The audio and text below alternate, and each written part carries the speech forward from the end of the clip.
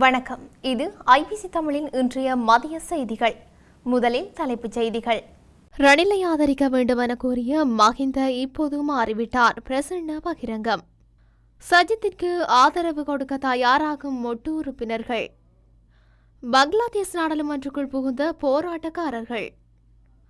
பதவியை இழக்கும் சரத் பொன்சேகா. மக்களை மிரட்டும் அரசாங்கம். திருடர்களை விரட்டுவோம் அடித்து கூறும் அனுரா அணி. ராஜபக்ச குடும்பத்தை பிரித்த ரணில் கலைக்கப்படவுள்ள நாடாளுமன்றம்.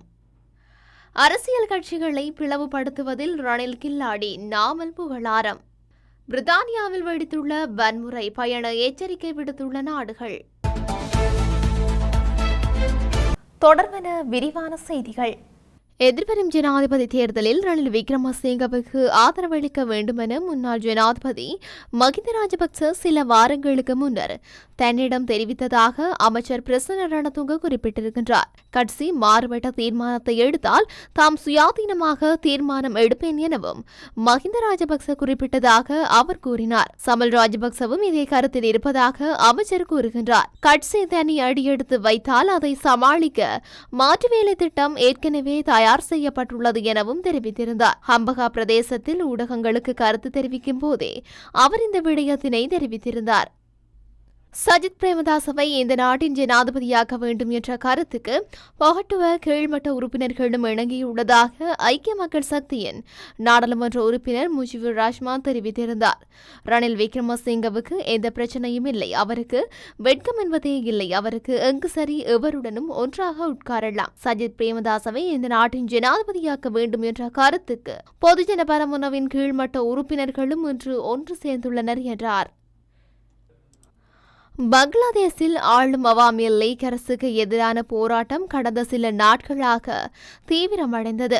கடந்த ஒரு மாதத்தில் போராட்டத்திற்கு 300 பேர் பலியான நிலையில் நேற்று நடந்த புதிய கலவரத்தில் 100 பேர் வரை உயிரிழந்தனர், பலர் காயமடைந்தனர். இந்த சூழலில் இன்று அந்த நாட்டின் வன்முறை வெடித்தது. பிரதமர் ஷேக் ஹசீனா பதவி விலக கோரி ஆர்ப்பாட்டத்தில் ஈடுபட்டவர்கள் வலியுறுத்தினர்.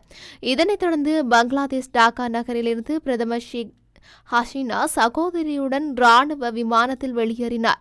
இந்த நிலையில் போராட்டக்காரர்கள் அந்த நாட்டு நாடாளுமன்றத்திற்குள் புகுந்தனர். அவர்களில் சிலர் நாற்காலிகளில் அமர்ந்து கொண்டு கோஷங்களை எழுப்பினர். ஒரு சிலர் மேசை மீது ஏறி நின்று ஆர்ப்பாட்டம் செய்தனர். சிலர் செல்போனில் செல்வி புகைப்படம் எடுத்துக் கொண்டனர். ஒரு சிலர் நாற்காலிகளில் அமர்ந்திருந்தவர்களை வீடியோ எடுத்தனர்.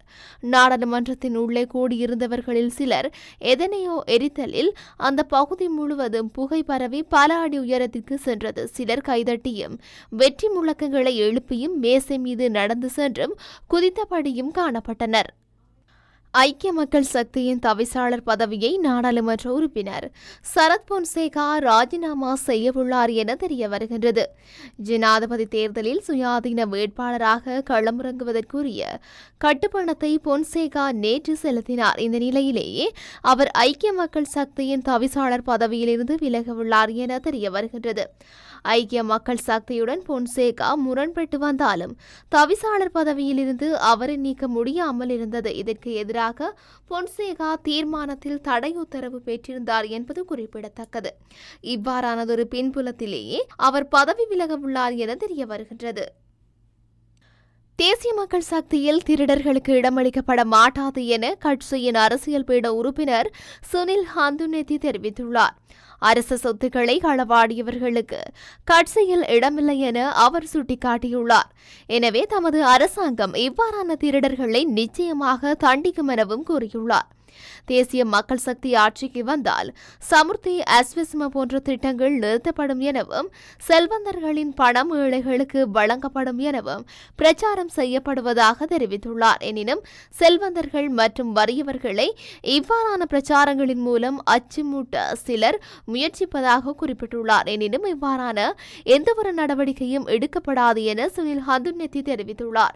நாடு பாரிய பொருளாதார நெருக்கடி நிலையை எதிர்நோக்கி வருவதாகவும் இதனை தீர்க்க தமது கட்சி நடவடிக்கை எடுக்கும் எனவும் அவர் தெரிவித்துள்ளார்.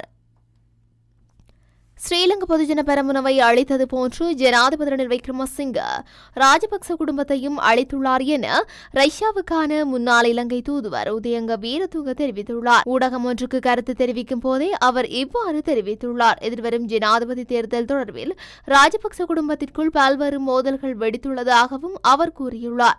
பசில் ராஜபக்சவும் நாமல் ராஜபக்சவும் ஒரே பக்கம் இருப்பதாகவும் யோஷித ராஜபக்ச மற்றும் ரோஹித ராஜபக்ச ஜனாதிபதி ரணில் விக்ரமசிங்கவின் பக்கம் இருப்பதாகவும் தெரிவித்துள்ளார். ஸ்ரீலங்கா பொதுஜன பெரமுனவிலிருந்து ஊழல்வாதிகள் விலகியமை வரவேற்கத்தக்க விடயம். இன்னும் 50 நாட்களில் நாடாளுமன்றத்தை கலைக்கும் பெரும்பாலும் வாய்ப்புள்ளதாகவும் அவர் தெரிவித்துள்ளார். இதேவேளை ஜனாதிபதி ரணில் விக்ரமசிங்கவிற்கு ஆதரவளிக்க ராஜபக்ச குடும்பத்தின் மூத்த உறுப்பினர் ஒருவர் தயாராக இருப்பதாக தேசிய சுதந்திர முன்னணியின் தலைவரும் நாடாளுமன்ற உறுப்பினருமான விமல் வீரவன்ச தெரிவித்துள்ளார். தற்போது ராஜபக்சவின் வருகை பொருத்தமானது அல்ல, எனவே சுதந்திரமாக செயல்படுமாறு ரணில் விக்ரமசிங்கவிற்கு அறிவித்துள்ளதாகவும் அவர் குறிப்பிட்டுள்ளார்.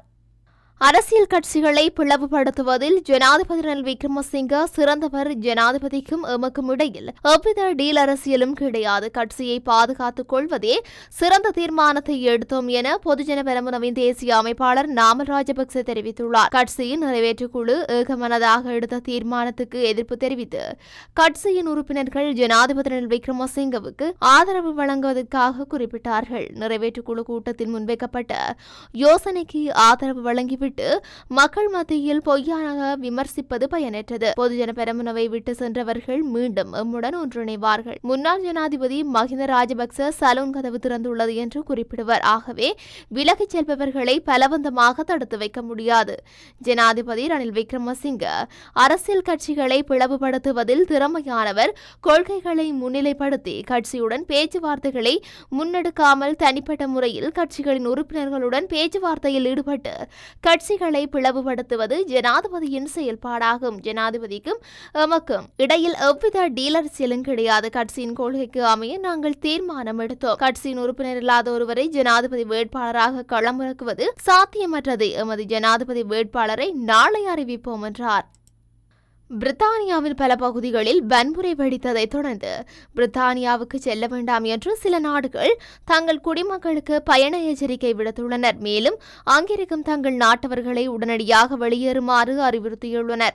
பிரித்தானியாவின் பல பகுதிகளில் வன்முறை வெடித்துள்ளதால் அங்கு அமைதியின்மை ஏற்பட்டுள்ளது. இதனால் பிரித்தானியாவில் உள்ள தங்களது நாட்டவர்களுக்கு சில நாடுகள் எச்சரிக்கை விடுத்துள்ளன. முதலாவது பயண எச்சரிக்கை விடுத்த நாடாக மலேசியா லண்டனில் இருக்கும் உயர்ஸ்தானிகர் மூலம் மலேசிய வெளியுறவு அமைச்சகம் அறிக்கை ஒன்றை வெளியிட்டுள்ளது. அந்த அறிக்கையில் பிரித்தானியாவுக்கு செல்லும் மற்றும் பிரித்தானியாவில் இருக்கும் மலேசிய நாட்டவர்கள் போராட்டங்கள் நடக்கும் இடங்களிலிருந்து விலகி இருக்குமாறும் கவனமாக இருக்குமாறும் உள்ளூர் அதிகாரிகளின் வழிகாட்டுதலின்படி நடந்து கொள்ளுமாறும் கேட்டுக் கொள்ளப்பட்டுள்ளது. இதனைத் தொடர்ந்து கனடாவும் ஆஸ்திரேலியாவும் பயண எச்சரிக்கை விடுத்துள்ளன. மேலும் சுவிட்சர்லாந்து பயண எச்சரிக்கை விடுக்காமல் தங்கள் குடிமக்கள் போராட்டங்கள் நடைபெறும் இடத்துக்கு செல்ல வேண்டாம் என்று வன்முறை வெடிக்கக்கூடும் என்றும் போக்குவரத்து இடையூறும் தாமதமும் ஏற்படலாம் என்றும் தெரிவித்துள்ளது. இத்துடன் இன்றைய மதிய செய்திகள் நிறைவடைகின்றன. தொடர்ந்தும் செய்திகளை அறிந்து கொள்ள IBC தமிழ் நியூஸ் என்ற எமது யூடியூப் பக்கத்தினூடாக இணைந்திருங்கள். நன்றி.